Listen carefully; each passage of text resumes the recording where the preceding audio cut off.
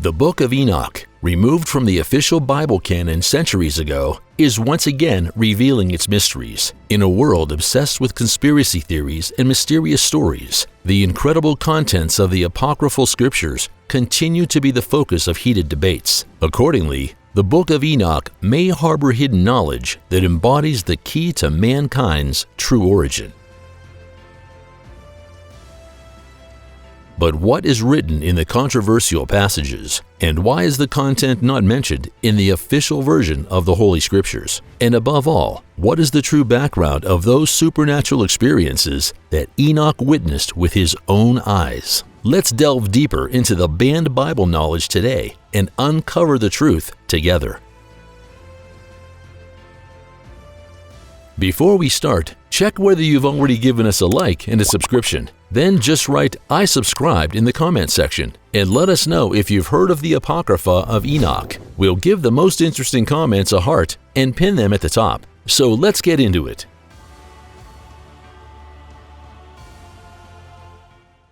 Enoch. To find out who Enoch was and which of his experiences were worthy of being recorded for history, we should first take a look at the official version of the Bible. However, when leafing through the Holy Scriptures of Christianity, it quickly becomes clear that the information available is extremely sparse. In the Old Testament, Enoch was only mentioned in passing in a short passage. The relevant passage in Genesis says that Enoch was the son of Jared. He, in turn, descended from Set, who was the third son of Adam and Eve. That Enoch was drastically different from normal people becomes clear when we consider the age ascribed to him. Accordingly, Enoch is said to have lived for almost 365 years. However, this incredible lifespan is nothing compared to the age reached by Enoch's children. Thus, the biblical figure fathered Methuselah, among other things. The so-called forefather before the flood is said to have lived to be almost 1,000 years old. The New Testament then stretches the story of Enoch a little further. The Epistle to the Hebrews emphasizes that Enoch was loved by God and was called up because of his sincere faith. But what does that mean? In detail, this means that Enoch was allowed to ascend to the kingdom of heaven without having to die. At this point, the official description of the Bible ends. If you want to know more about the background of this exciting figure and find out which supernatural experiences Enoch allegedly went through, you have to direct your attention to some other writings, the so-called apocryphal Enoch books. Mysterious backgrounds.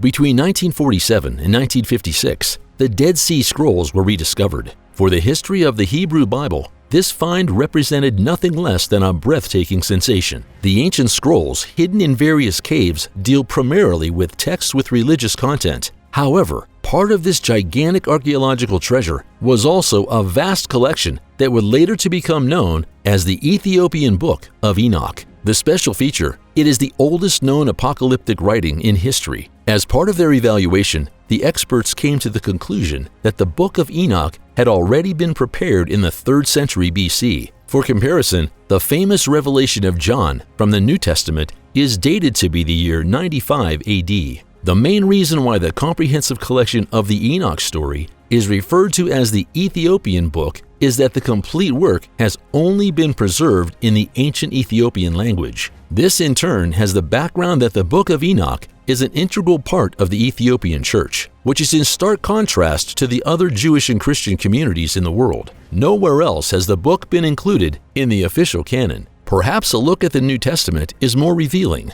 And indeed, Hebrews chapter 11 verse 5 says, "By faith Enoch was translated that he should not see death, and was not found, because God had translated him. For before his translation he had this testimony, that he pleased God." Enlightening as these lines may first appear, they actually also raise another question. How come God loves Enoch so much that he saved him from death and brought him to himself instead? Unfortunately, the Bible does not give us an answer to this. So in the letter of Judas, we only learn that Enoch warned against future false teachers and announced God's judgment. And in the Gospel of Luke, that he is mentioned in one of the genealogical trees of Jesus Christ. The amazing thing, the true information about Enoch is actually far, far more extensive. To understand this, however, we must turn to the generally accepted version of the Bible and instead examine those writings that the Church firmly rejects, the apocryphal books of Enoch.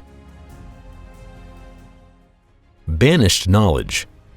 Although some Christian groups once accepted the Book of Enoch as part of their Holy Scriptures, over the centuries it would be removed from the Bible canon by most churches. A particular exception, however, is the Ethiopian Church, which still regards the work as an authentic part of the Bible. Large parts of the Book of Enoch were to be recovered in the caves of Qumran in 1948. Based on this and other sources, the Ethiopian Book of Enoch was finally created. As soon as we take a closer look at the incredible content and the corresponding interpretations, you should immediately understand why the church prefers to keep the experience of Enoch silent. So now, let's dive into the banned content in more detail. Enochs Mission.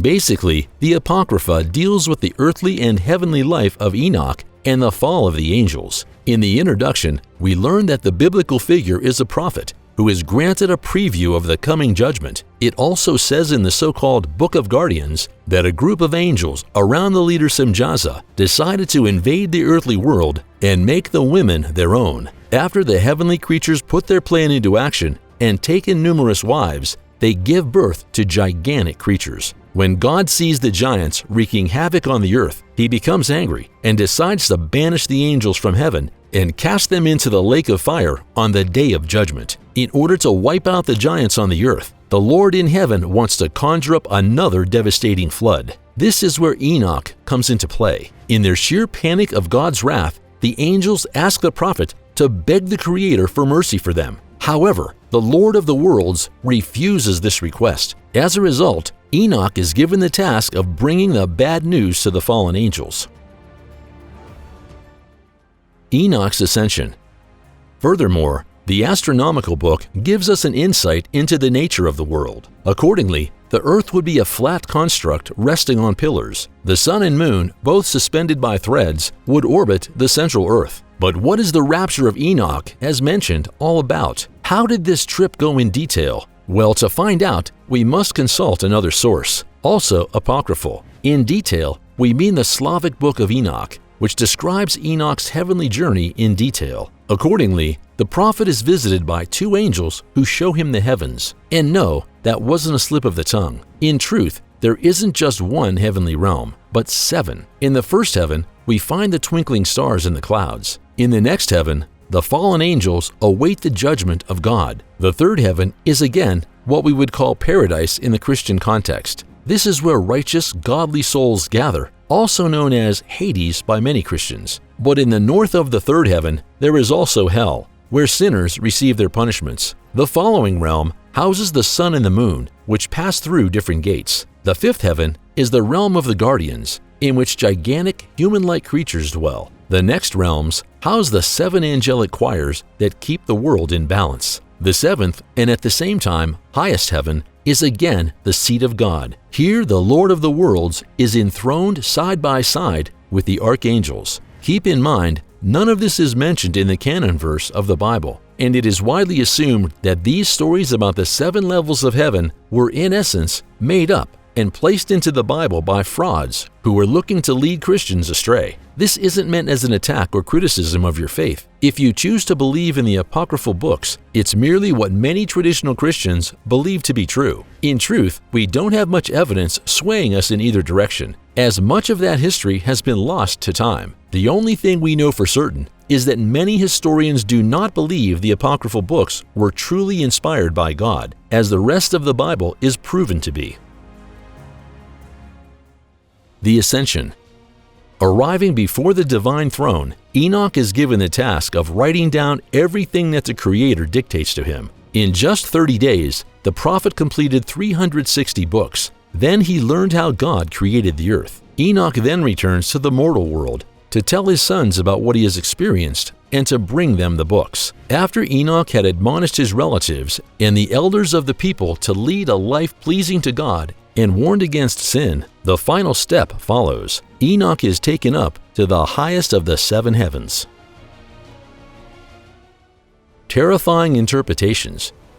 That the things that Enoch experienced according to the apocryphal writings were not of this world in the truest sense of the word, but what could have persuaded the church over the centuries to banish the Book of Enoch from the Bible once and for all. If you like, the passages give us a profound insight into the power and righteousness of God. Well, some, let's say, alternative circles believe that the Book of Enoch had been removed from the scriptures because it sheds a whole new light on the true background of our Creator and His home. According to these theories, Enoch did not experience a heavenly journey in the classic Bible sense, but, to put it casually, an uncanny encounter of the third kind. But first things first, basically, the supporters of pre-astronautics assume that the ancients were visited again and again by extraterrestrial, technologically superior intelligences. Without knowing the technical background of these incidents, the ancients would have tried to explain these encounters by putting them in a supernatural, religious context. Or in other words, what is known in Scripture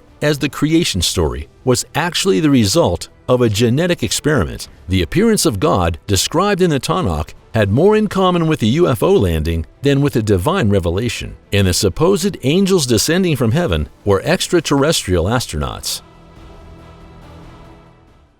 Divine aliens? Yes, according to this theory, the secret writings of Enoch confirm the theories about ancient alien visitors. Remember, the parascience of pre-astronautics is based on the belief that the ancients were regularly visited by extraterrestrial intelligences.